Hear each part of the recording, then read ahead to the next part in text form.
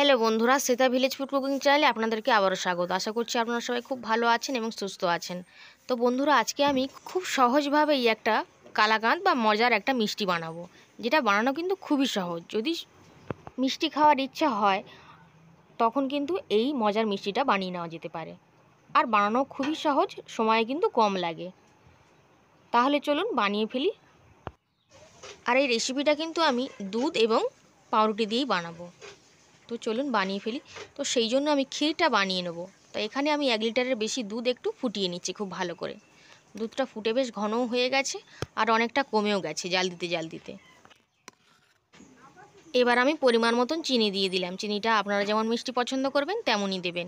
আর আমি এখানে শুধু লিকুইড দুধ মানে গরুর দুধেই কিন্তু ক্ষীরটা বানাচ্ছি। এই গরুর দুধের মধ্যে পাউডার মিল্ক মিক্সড করে কিন্তু বানাতে পারেন, তাহলে কিন্তু তা অনেকটা তাড়াতাড়ি বানানো হয়ে যাবে।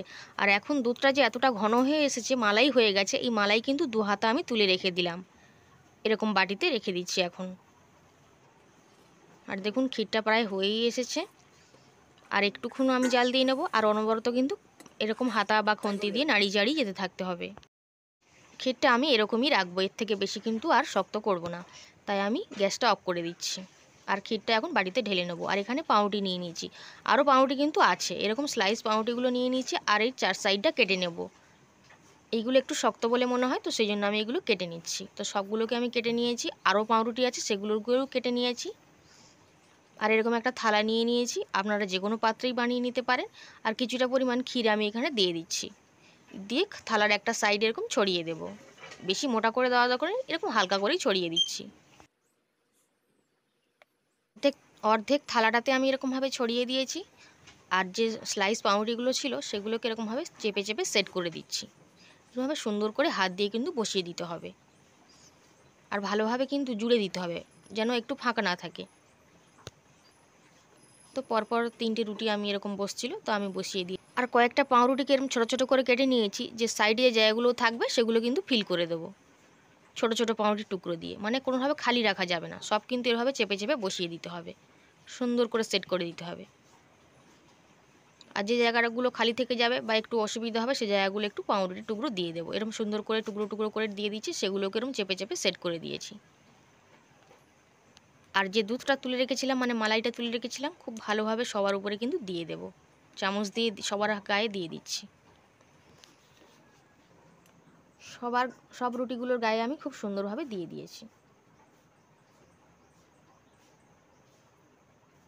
এবার ক্ষীরটা আমি নিয়ে নিচ্ছি একটু বেশি করে, দিয়ে ক্ষীরের একটা লেয়ার তৈরি করে দেবো। এই লেয়ারটা আমি এখানে 2 থাক বানাবো, আপনারা কিন্তু 3 থাকও বানাতে পারবেন। তাহলেও কিন্তু দেখতেও ভালো লাগবে আর খেতে তো এমনিই ভীষণ ভালো লাগবে। খুব ভালো করে ক্ষীরটাকে আমি এরকমভাবে ছড়িয়ে দিয়েছিলাম। এবার পরের সেকেন্ড লেয়ারটা আমি বানিয়ে নিচ্ছি। তো আরও রুটিগুলোকে আমি এরকমভাবে একই রকমভাবেই জুড়ে জুড়ে দিচ্ছি, কিন্তু সেট করে দিচ্ছি। আর যে ফাঁকা অংশগুলো থেকে থাকবে ওগুলোকেও ওরকম কিছুটা রুটি কেটে ওগুলো দিয়ে সেট করে দেবো। এরকম সুন্দর করে কিন্তু চেপে চেপে সেট করে দিতে হবে। এখন সমস্ত পাউরুটিগুলোকে এরকম চেপে চেপে সেট করে দিয়েছি। আর যে মালাইটা ছিল সে সবটুকু আমি কিন্তু এদের উপরে এরকমভাবে দিয়ে দিচ্ছি। দিয়ে চামচটার পিছনটা দিয়ে খুব ভালো করে আমি চতুর্দিকে সবার গায়ে লাগিয়ে দিচ্ছি। সবটুকু দিয়ে দিলাম। যেহেতু আমি 3টে লেয়ার বানাবো না, 2টো লেয়ারই বানাবো, তাই সবটুকু আমি দিয়ে দিলাম। আর আবারও কিছুটা ক্ষীর নিয়ে নিয়েছি, নিয়ে সবার দিকে ছড়িয়ে দিচ্ছি এরকমভাবে। এই মিষ্টি বা সন্দেশটা বানানো কিন্তু খুবই সহজ। শুধু ক্ষীরটা বানিয়ে নিতে হবে, আর তারপরেই একটু মালাইটা তুলে রাখলেই কিন্তু ব্রেড দিয়ে খুব সুন্দরভাবে একটা মিষ্টি বা সন্দেশের রেসিপি বাড়িতেই কিন্তু বানিয়ে নেওয়া যাবে।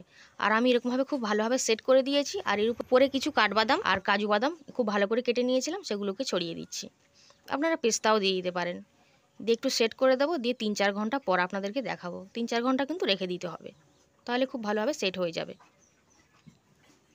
এখন রেখে দিচ্ছি। 3 ঘন্টা পর আমি দেখাচ্ছি। তো একটা সাইড দিয়ে কেটে নিচ্ছি আমি।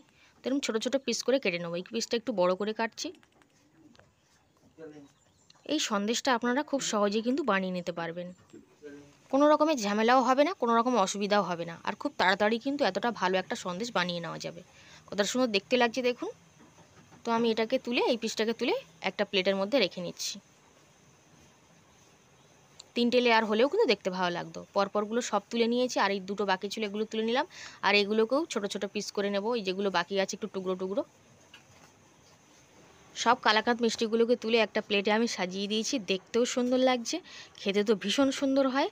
আপনাদেরও আশা করছি বেশ ভালো লাগছে দেখতে। আপনারা কিন্তু অবশ্যই মিষ্টিটা একবার হলেও বাড়িতে বানিয়ে দেখবেন। আশা করছি আপনাদেরও বেশ ভালো লাগবে। আর আজকে এই মজার কালাকাঁদের রেসিপিটা যদি আপনাদের ভালো লেগে থাকে অবশ্যই লাইক করবেন, শেয়ার করবেন এবং কমেন্ট করে জানাবেন যে কেমন লেগেছে। আর চ্যানেলে যদি নতুন এসে থাকেন তাহলে চ্যানেলটা সাবস্ক্রাইব করে রাখার অনুরোধ রইল আপনাদের সবার কাছে। আজ তাহলে এই পর্যন্তই, আবার হাজির হয়ে যাব অন্য কোনো রেসিপি আবার নিয়ে। আর সম্পূর্ণ রেসিপিটা দেখার জন্য আপনাদের সকলকে অসংখ্য ধন্যবাদ। আজ তাহলে আসলাম।